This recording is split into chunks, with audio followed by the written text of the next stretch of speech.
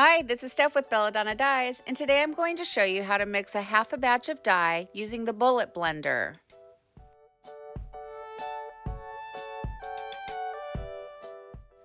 So this video coincides with the last two videos. You guys watched me make a size small and a size medium shirt, and this was almost enough dye. Now, do you guys remember how thick the jungle red was, and I was concerned that maybe I had made an error and mixed it incorrectly? Well, I didn't. It's just with jungle red having two asterisks, it requires 8 teaspoons of dye to 1 cup of water. And since I'm doing a half batch, I'm using 4 teaspoons of dye to a half a cup of water. And that's just a lot of dye and not a lot of water. So that's why it was so thick. But once I added that little splash of water to thin it out, it worked pretty well. And that's a good thing about dye. You can mix it however you want. I just typically follow Dharma's instructions. You know, if you want the true color, just do what they say. So I got the idea of using the bullet blender from watching Dying Light Creations, Carl Borg. He started up a YouTube channel. I don't know if you guys know that or not. If you don't, go over and check him out. He's going to be teaching his mom how to tie-dye. So I bet we're going to learn a lot of cool things from him. So one would think that if you're pouring it into a funnel and it just pours on the table that you would stop right there and not try again. I don't know. Nothing made it into the bottle, and I can tell you I am super frustrated. You can just tell by the way I plop the funnel down. I'm just like, really? Tie-dye gods, why are you doing this to me?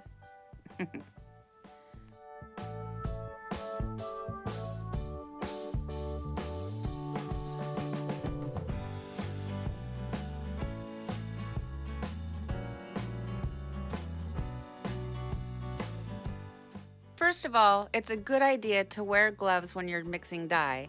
It's a pretty messy process. Also, have all of your supplies ready, like plan ahead, which I didn't do. I didn't have my funnels prepared and all of that. That little metal funnel that I tried to use in the beginning going into my tiny little 4-ounce bottle, that's a disaster, and I'm going to throw those away. They're terrible. They leak. I don't like it. And the tiny little tops on those little 4-ounce bottles, I hate them. I'm also going to be switching up to different bottles.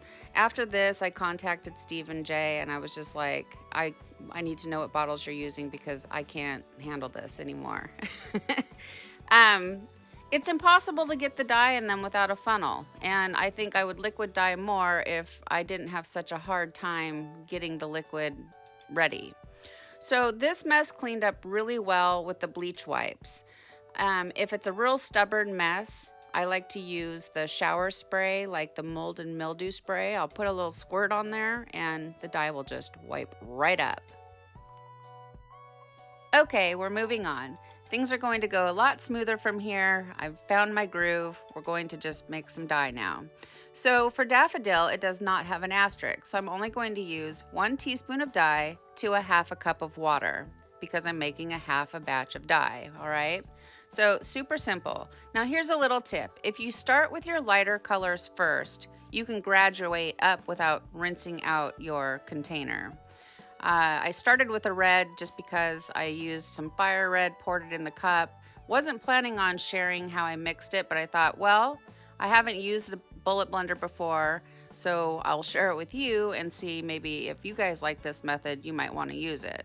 So what I should have done is start with the yellow, okay? So I'm just going to let you watch this, and if there's anything that I need to point out, I will point it out, but you'll see here how I'm just going to go right from the yellow into the orange, and then I would have gone right into the red.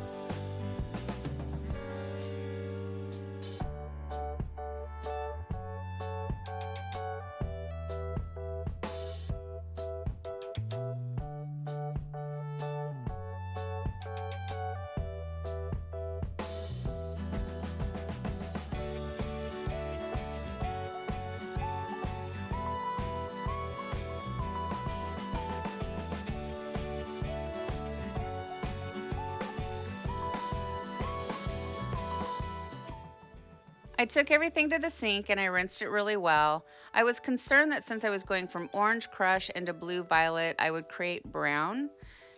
You probably could get away with not rinsing it out because it was a minimal amount of the orange crush and the blue violet is so dark, but I figured why risk it? So it's the same thing here. It's 1 teaspoon of dye to a half a cup of water. I'm always looking for ways to make mixing liquid dye easier.